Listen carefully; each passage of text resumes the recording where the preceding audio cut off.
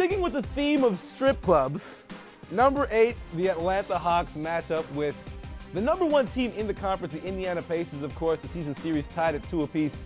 Here's the point that I want to drive home. Really, this series is kind of a litmus test to see how much the Indiana Pacers can, I guess, regroup, because I think they kind of broke the team chemistry and broke their own back chasing after that number 1 seed. Drew, I'll let you start on this one. Do you think they did themselves a disservice by going so hard during the regular season, Frank Vogel not resting his guys, trying to beat out Miami for that 1 spot?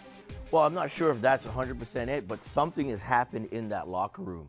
And there's rumors about, things were Was it happening. Was it Bynum? Did he upset somebody? It could have been, but there's something that happened between Paul George, what happened between Roy Hibbert and the team, where Hibbert's calling out, his squad, saying people are selfish. And there's a rumor out there about something happening between the two of them. We won't go there I think either. He's mad at Paul George's Twitter account.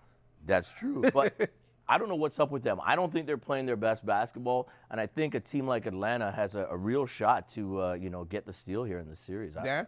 I'm going out on a limb here. Disagree. Yes. I think this is the best thing that could happen to Indiana, because Atlanta is, of the 8 teams in the Eastern Conference, I believe they're the least competitive. And I do think that this is something that Indiana can use to get well. And if they're really efficient, they really should win the series in 4 or 5 games max, and then start getting themselves rested up for Chicago or Washington. So you're not even worried about the mental state of this Pacers group? You think that there's enough there at this level? No.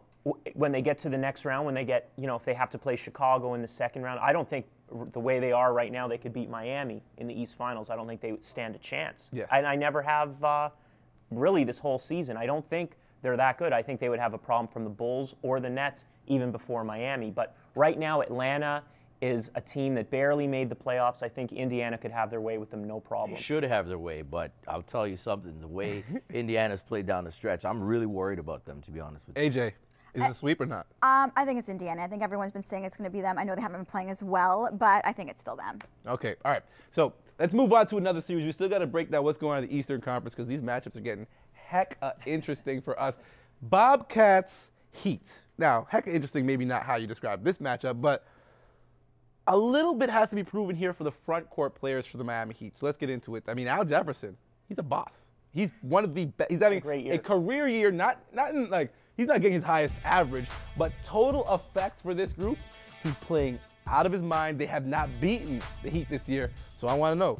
Dan, we'll start with you. Charlotte. Do they take a game at least? One game?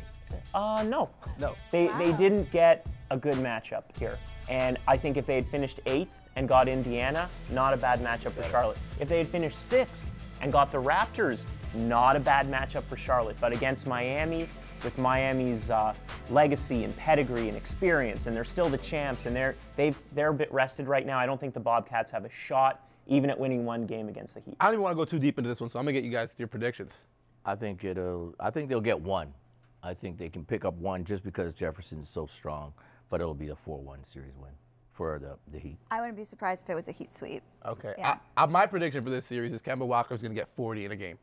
That's the only prediction. And I think that might be the game that they might win. Maybe if Michael Jordan comes out of retirement and gets on the court for the Bobcats, they might have a shot. Okay, well, speaking of another team that Michael Jordan spent some time with, not the Bobcats, but the Wizards, a group that Toronto Raptors fans thought they'd be matched up against. Unfortunately for the Raptors, or fortunately, we don't know how that will play out yet. But the Bulls and Wizards will be playing in the 4-5 matchup. The series was won by Washington 2-1, but who here has Washington holding the upper hand against a Bulls team coached by Coach Thibodeau who lives for playoff basketball? That is their structure, their DNA, what they do best. Who thinks the Wizards are going to win this? Does anybody who likes basketball think the Wizards is going to win? Well, we know you don't think they're going to win it. That's a young, dynamic backcourt in Beal and You know Wall. what? I think the Wizards weren't going to be a pushover for the Raptors. That was still going to be a very difficult series, because then you have 2 teams kind of even, very young, but Washington has more experience. Nene's played a lot of playoff games, but that was going to be a real war of 2 teams who are hungry to succeed.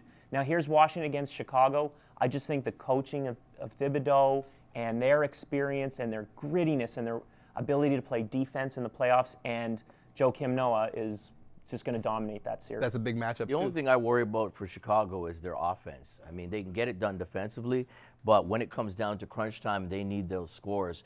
sometimes they have trouble, figuring out who they go to. But I think ultimately, with the way they play defense, the cohesiveness as a team, I think they take it in 6 or 7 for sure. The Bulls. I was just gonna say, I think, I totally agree. I think it sucks for Washington. Like if they had played with the Raptors, I think it's just, they're both young, they're fast teams. It would have been fun. It could have started a rivalry. I don't think the Raptors are necessarily going to have a rivalry on the East Coast with like the Heat, but with like Washington, I think that they're so on par that it could have been long term a really cool thing to watch. Am I the only one with the underdogs here? Like you guys are all with the favorites. Hey, listen, it's the NBA. There's never underdogs. You and Wale are on the same. You want to talk about underdogs? Never heard That's the Western Conference for me. I got some surprises for you guys on the other side of the break. We got to break down what's going on out west. We got San Antonio and Memphis, the Clippers. I also want to talk about Portland, and those Houston Rockets. We'll be back with more as we break down the playoff matchups in this year's NBA playoffs on the Hangout.